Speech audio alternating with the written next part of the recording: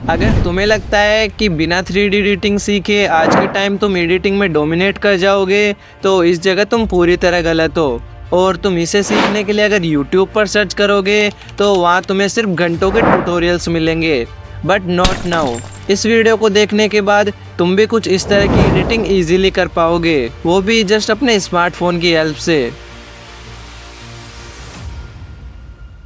3D editing materials को collect करने से लेकर project setup and smooth camera movement तक सब अच्छे से कवर करूंगा। तो अगर आज से पहले तुमने कभी भी 3D वीडियो एडिटिंग नहीं करी है तो वीडियो एंड होने तक तुम इसमें मास्टर बन जाओगे। So let's begin into it. Start करते हैं 3D वीडियोस के लिए मटेरियल ढूंढने से, जिसके लिए गूगल पर लियोनार्डो एआई को ओपन कर लेना है। आप सेम का मोबाइल पर भी कर सकते हो। यहाँ आपको ये सेम सेटिंग रखना है एंड रेशियो को भी 1:1 ही रखना है। और यहाँ टाइप या प्रॉम्प्ट में आकर जैसा भी इमेज या ऑब्जेक्ट तुम्हें चाहिए उसको यहाँ टाइप कर देना है। देन सिंपल जनरेट पर क्लिक कर देना है, जिसके बाद ये थोड़ा टाइम लेगा एंड तुम्हारे लिए 4 हाइपर रियलिस्टिक इमेजेस जनरेट कर देगा। और अगर इनमें से कोई पसंद नहीं आए तो दोबारा से जनरेट कर सकते हो एंड जो भी इमेज पसंद आए उसे डाउनलोड कर लेना है। अब हमारी इमेज तो जनरेट हो गई है, बट अभी इसे 16:9 में कन्वर्ट करना है एंड इसमें से ऑब्जेक्ट्स को भी सेपरेट करना है। तो गूगल पर AI इज नेम की इस वेबसाइट पर आ जाना है, जहाँ से इमेज टूल्स पर टैप करके इस AI एक्सटेंडर टूल को ओपन कर लेना है। जिसके बाद अपनी जनरेट करी हुई इमेज को यहाँ अपलोड कर देना है और यहाँ से 16:9 को सेलेक्ट करके एक्सपेंड पर क्लिक कर देना है। जिसके बाद ये इमेज को एकदम स्मार्टली एक्सपेंड कर देगा। बस यहाँ से डाउनलोड पर टैप करके डाउनलोड करंट इमेज को क्लिक करके इसे डाउनलोड कर लेना है। एक्सपेंड कर लेने के बाद अब बारी आती है इसमें से ऑब्जेक्ट्स को सेपरेट करने की, जिसके लिए AI के इमेज टूल्स में आकर इस बैकग्राउंड रिमूवर को चूज कर लेना है एंड एक्सपेंड करी हुई इमेज को यहाँ अपलोड कर देना है। एंड जब बैकग्राउंड रिमूव हो जाए तो डाउनलोड पर क्लिक करके डाउनलोड करंट इमेज पर से इसे डाउनलोड कर लेना है। इसके बाद यहाँ से बैक आकर इस ऑब्जेक्ट रिमूवर टूल को पिक करना है एंड अपनी एक्सपेंड करी हुई इमेज को यहाँ अपलोड कर देना है। और यहाँ से मैनुअल पर टैप करके यहाँ से अपने अकॉर्डिंग ब्रश के साइज को एडजस्ट कर लेना है एंड कुछ इस तरह से अपने ऑब्जेक्ट को पेंट कर लेना है। लाइक मैं स्टैचू को हटाना चाहता हूँ तो इसे मैं पेंट कर लेता हूँ। एंड देन सिंपल इस रिमूव पर क्लिक कर देना है, जिससे इमेज में से वो ऑब्जेक्ट रिमूव हो जाएगा एंड सिंपल इसे डाउनलोड कर लेना है। इसी तरह से तुम अपने अकॉर्डिंग 3D इमेजेस और ऑब्जेक्ट्स को कलेक्ट कर सकते हो। अब बारी आती है प्रोजेक्ट सेटअप करने की, जिसके लिए अलाइट मोशन को ओपन कर लेना है एंड इस प्लस पर टैप करके सेम सेटिंग पर एक न्यू प्रोजेक्ट को क्रिएट कर लेना है।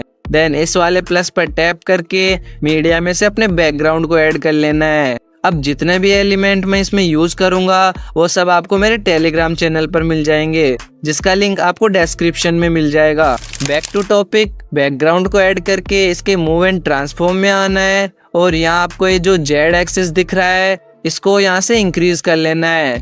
लाइक मैं इसको 1000 कर लेता हूँ। बैकग्राउंड पीछे जाने की वजह से छोटा हो गया है तो नीचे से स्केल में आकर इसके साइज को वापस से बढ़ा लेना है। देन अगेन से इस प्लस पर टैप करके मीडिया में से अपने ऑब्जेक्ट को ऐड कर लेना है एंड इसके मूव एंड ट्रांसफॉर्म में आकर इसकी जेड एक्सिस को बढ़ाकर ऑलमोस्ट बैकग्राउंड के जितना कर लेना है। बस थोड़ा सा कम रखना जिससे ऑब्जेक्ट बैकग्राउंड से आगे रहे। साथ ही स्केल में आकर इसकी साइज को हल्का सा इंक्रीज कर लेना है, जिससे इमेज का सेटअप तो कंप्लीट हो गया है, बट इसको एकदम क्लासिक बनाने के लिए इस प्लस पर टैप करके मीडिया में से इस टाइप के वीडियो क्लिप को ऐड कर लिया हूँ। एंड देन इसके मूव एंड ट्रांसफॉर्म में आकर इसकी जेड एक्सिस को बैकग्राउंड की जेड एक्सिस से 1 पॉइंट कम कर देना है और स्केल में आकर साइज को भी इंक्रीज कर लेना है। आफ्टर दिस इसके ब्लेंडिंग एंड ओपेसिटी में आकर लाइटन में से कलर डोज को सेलेक्ट कर देना है। एंड इसके एक्स्ट्रा पार्ट को स्प्लिट करके बाकी के लेयर्स को भी कुछ इस तरह से बराबर कर लेना है। देन स्टार्टिंग में आकर प्लस पर टैप करके ऑब्जेक्ट / एलिमेंट में से कैमरा को ऐड कर लेना है। बट अभी ये ऑफ है, तो फर्स्टली यहाँ पर क्लिक करके यहाँ से इसे ऑन कर लेना है। एंड अगर तुम्हें कैमरा की फंक्शनिंग को डिटेल में समझना है तो आई बटन पर क्लिक करके वीडियो को विजिट कर सकते हो। बैक टू टॉपिक, वापस से प्लस पर टैप करके ऑब्जेक्ट / एलिमेंट में से नल को ऐड कर लेना है और यहाँ से बैक आकर कैमरा की लेयर को सेलेक्ट करके ऊपर से इस आइकन पर टैप करना है और इसे यहाँ से नल से लिंक कर देना है। एंड साथ ही नल की लेयर को भी एंड तक एक्सपेंड कर लेना है। इतना हो जाने के बाद नल को सेलेक्ट करके इसके मूव एंड ट्रांसफॉर्म में आना है एंड यहाँ से स्टार्टिंग में की फ्रेम को ऐड कर देना है और एक की फ्रेम टाइम पॉइंट 2 पर ऐड कर देना है। एंड सेम ऐसे ही रोटेट में से भी एक की फ्रेम्स को ऐड कर देना है। देन ये जो स्टार्टिंग वाला की फ्रेम है, इस पर रहते हुए मूव में आकर इसकी जेड एक्सिस की वैल्यू को इंक्रीज करते जाना है और एक्स एंड वाई एक्सिस की हेल्प से कैमरा को ऊपर की ओर कर लेना है like this. And Z axis को थोड़ा और बढ़ा देना है। सेम टाइम पॉइंट पर रहते हुए रोटेट में आना है एंड इसकी वैल्यू को ऑलमोस्ट 15 डिग्री कर लेना है। बट अभी आप देखोगे तो कॉर्नर थोड़ा खाली जा रहा है, तो इसके लिए यहाँ से बैक आकर ओवरले क्लिप एंड बैकग्राउंड की साइज को थोड़ा इंक्रीज कर लेना है। एक बार मैं चेक कर लेता हूँ। ओके, इसके बाद नल के सेकंड की फ्रेम से हल्का सा आगे आकर वापस से इसके मूव एंड ट्रांसफॉर्म से यहाँ एक और की फ्रेम को ऐड कर देना है। एंड देन टाइमलाइन में ऑलमोस्ट 2 सेकंड दूर आकर एक्स एंड वाई एक्सिस को लेफ्ट में ड्रैग करना है एंड बैकग्राउंड के बॉर्डर को सेंटर में ले आना है लाइक दिस। अब यहाँ से हम हमारा सेकंड सीन सेटअप करेंगे, जिसके लिए वापस से इस प्लस पर क्लिक करके मीडिया में से मेरे पास एक पिलर की पीएनजी है जिसे मैं यहाँ ऐड कर लेता हूँ। अभी कैमरा का व्यू चेंज होने की वजह से पीएनजी शो नहीं हो रही है, तो इसके लिए यहाँ से कैमरा को ऑफ कर लेना है एंड पीएनजी के मूव एंड ट्रांसफॉर्म की हेल्प से इसे कुछ इस तरह से साइड में ले आना है और कैमरा मोड को वापस से ऑन कर लेना है। साथ ही पीएनजी को सेंटर में कर लेना है। फिर स्केल में आकर इसकी साइज को भी बढ़ा लेना है, बट उससे पहले इसके मूव में आकर इसकी जेड एक्सिस को इंक्रीज कर देना है, जिससे पीएनजी भी 3D पोजीशन में शिफ्ट हो जाएगी। एंड स्केल की हेल्प से इसकी साइज को वापस से बढ़ा लेना है। इसके बाद नल लेयर के इस एंड वाले की फ्रेम पर आकर मूव एंड ट्रांसफॉर्म में से एक्स एंड वाई एक्सिस की हेल्प से पीएनजी के एकदम साइड में कर लेना है। एंड देन जहाँ से कैमरा दूसरी साइड मूव कर रहा है, यानी सेकंड लास्ट की फ्रेम पर आकर पीएनजी की लेयर को आगे की ओर एक्सपेंड कर लेना है। अब वापस से लास्ट वाले की फ्रेम पर आकर इस प्लस पर टैप करना है एंड मीडिया में से मैं एक क्लाउड की वीडियो क्लिप को यहाँ ऐड कर लेता हूँ और इसे भी पिछली बार की तरह कैमरा ऑफ करके साइड में ले आता हूँ। फिलहाल इसको सही से सेट करने के लिए नल के मूव एंड ट्रांसफॉर्म में आकर इसको थोड़ा साइड कर लेता हूँ ताकि सारी लेयर्स को हम सही से सेट कर सके। देन क्लाउड वाली लेयर के मूव एंड ट्रांसफॉर्म में आकर स्केल की हेल्प से इसकी साइज को इंक्रीज कर लेना है एंड मूव में आकर इसकी जेड एक्सिस की वैल्यू को 900 से ऊपर कर लेना है ताकि क्लाउड वाली लेयर और फर्स्ट सीन का बैकग्राउंड पास में रहे एंड पिलर के नीचे रहे। साथ ही स्केल में आकर इसकी साइज को इंक्रीज कर लेना है जिससे कि पीएनजी और क्लाउड वाले क्लिप में स्पेस ना दिखे। इसके बाद नल के लास्ट की फ्रेम पर आकर इसके मूव एंड ट्रांसफॉर्म में से इसको पूरा साइड कर देना है लाइक दिस। एंड जहाँ से पिलर वाली पीएनजी स्टार्ट हो रही है वहां पर आकर इसको सेलेक्ट करके इस ऑप्शन पर टैप कर देना है। बट अभी भी इसमें कुछ दिक्कत दिखाई पड़ रही है, तो पिलर वाली पीएनजी के मूव एंड ट्रांसफॉर्म में आकर इसकी जेड एक्सिस को इतना इंक्रीज कर लेना है कि ये सारी लेयर्स के ऊपर रहे एंड हल्का सा साइज को भी बढ़ा लेना है।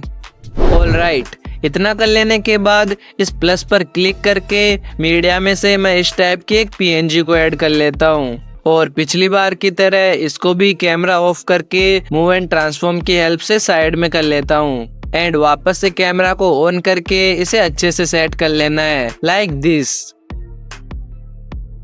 एंड देन वापस से प्लस पर टैप करके मीडिया में से एक और इस टाइप की पीएनजी को ऐड करके सेम तरीके से साइड में कर लेता हूँ।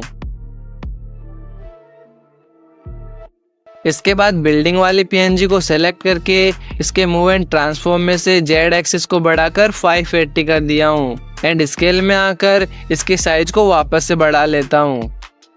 देन टॉप वाली पीएनजी को सेलेक्ट करके इसके मूव एंड ट्रांसफॉर्म में आना है एंड इसकी जेड एक्सिस को बिल्डिंग वाली जेड एक्सिस से थोड़ा ज्यादा कर देता हूँ, जिससे टॉप वाली पीएनजी बिल्डिंग से पीछे चली जाए। और स्केल में आकर इसकी साइज को भी थोड़ा सा इंक्रीज करके सही से सेट कर लेना है एंड साथ ही इनकी लेयर्स को भी आगे कर लेना है। अब यहाँ भी एक मिस्टेक नजर आ रही है, तो इसको सोल्व करने के लिए तुम्हें करना क्या है कि बिल्डिंग वाली पीएनजी को सेलेक्ट करके मूव एंड ट्रांसफॉर्म में से स्केल में आकर इसके साइज को बढ़ा लेना है एंड मूव में आकर जेड एक्सिस की वैल्यू को इतना बढ़ाना है कि वो पिलर के पीछे चली जाए। जब बिल्डिंग वाली पीएनजी की जेड एक्सिस को बढ़ाया है तो ऑब्वियस सी बात है कि टॉप वाली पीएनजी इसके आगे आएगी। तो सिंपल इसके मूव एंड ट्रांसफॉर्म में से इसकी जेड एक्सिस को इतना बढ़ाना है कि क्लाउड और बिल्डिंग के बीच में आ जाए and x and y axis की हेल्प से इसे थोड़ा फिक्स कर लेता हूँ। परफेक्ट। अब नल के लास्ट की फ्रेम से हल्का सा पीछे आना है एंड टॉप वाली पीएनजी को सेलेक्ट करके इसके मूव एंड ट्रांसफॉर्म में से यहाँ एक की फ्रेम को ऐड कर देना है एंड एक की फ्रेम इससे जस्ट 1 सेकेंड दूर ऐड कर देना है। देन वापस पिछले वाले की फ्रेम पर आकर इसको नीचे की ओर ड्रैग कर देना है लाइक दिस। आफ्टर दिस जहाँ पीएनजी का सेकंड की फ्रेम है वहां आकर नल के मूव एंड ट्रांसफॉर्म में आना है एंड इस की फ्रेम को ड्रैग करके इस प्ले हेड पर ले आना है। देन टाइमलाइन में थोड़ा आगे आकर इसकी जेड एक्सिस को बिल्डिंग के पास जाने तक ड्रैग करना है और एक्स एंड वाई एक्सिस की हेल्प से थोड़ा ऊपर कर लेना है। इसके बाद यहाँ से बैक आकर प्लस पर टैप करके इस टेक्स्ट पर टैप करना है और अपने टेक्स्ट को यहाँ टाइप कर लेना है। लाइक मैं 20 रुपीज टाइप कर लिया हूँ एंड ऊपर से रोबोटो ब्लैक पर सिंगल टाइम टैप करके यहाँ से अपने फॉन्ट को सेलेक्ट कर लेना है। साथ ही यहाँ से अपने मनपसंद कलर को भी चूज कर सकते हो। अब जैसे कैमरा को ऑफ करके पीएनजीज को साइड में लाए थे सेम वैसे टेक्स्ट को भी ले आना है एंड इसको मैं इस साइड में सेट कर लेता हूँ। देन इसके इफेक्ट में से एड इफेक्ट में आकर यहाँ से डीप ग्लो एनहेंस्ड नेम के इफेक्ट को स्टैंडर्ड सेटिंग पर ऐड कर लेना है। फिर इस ऑप्शन पर टैप करके इस लेयर को डुप्लीकेट कर लेना है एंड डुप्लीकेट करी हुई लेयर के मूव एंड ट्रांसफॉर्म में आकर इसको दूसरी साइड में सेट कर लेना है एंड देन एडिट टेक्स्ट पर टैप करके इसको मैं 200 कर देता हूँ। साथ ही कलर को भी चेंज करके ग्रीन कर देता हूँ। बाद में इसके मूव एंड ट्रांसफॉर्म में आकर इसकी जेड एक्सिस को बढ़ा लेना है। लाइक अभी के लिए मैं इसको 500 कर देता हूँ and x and y axis की हेल्प से इसको सही से सेट कर लेना है और सेम यही प्रोसेस दूसरे वाले टेक्स्ट में भी कर लेना है। साथ ही इनकी टाइमलाइन को भी हल्का हल्का आगे कर लेता हूँ। आफ्टर दिस टॉप वाले टेक्स्ट की लेयर को सेलेक्ट करके इसके मूव एंड ट्रांसफॉर्म में से स्टार्टिंग में की फ्रेम को ऐड कर देना है और एक की फ्रेम इससे थोड़ा आगे ऐड कर लेना है। देन स्टार्टिंग वाले की फ्रेम पर वापस आकर टेक्स्ट को नीचे ड्रैग कर देना है और यही सेम चीज सेकंड टेक्स्ट में भी कर देना है एंड देन जो डुप्लीकेट वाला टेक्स्ट है उसके लेयर को आगे करके फर्स्ट टेक्स्ट के सेकंड की फ्रेम तक कर लेना है एंड लेयर का जितना पार्ट चाहिए उसको छोड़कर बाकी के पार्ट को स्प्लिट कर देना है और सारी लेयर्स को बराबर कर लेना है। फाइनल में सारे की फ्रेम्स के बीच में ग्राफ ऐड करना है, जिसके लिए की फ्रेम्स के बीच में आकर ये ग्राफ पर टैप करना है एंड ये वाले ग्राफ को सेलेक्ट कर देना है। आप चाहो तो एनिमेशन को स्मूथ बनाने के लिए इसे कुछ इस तरह से कस्टमाइज भी कर सकते हो एंड नीचे से 3 डॉट पर टैप करके ग्राफ को कॉपी कर लेना है एंड सब की फ्रेम्स के बीच में पेस्ट कर देना है, जिसका फाइनल रिजल्ट आप सबके सामने है।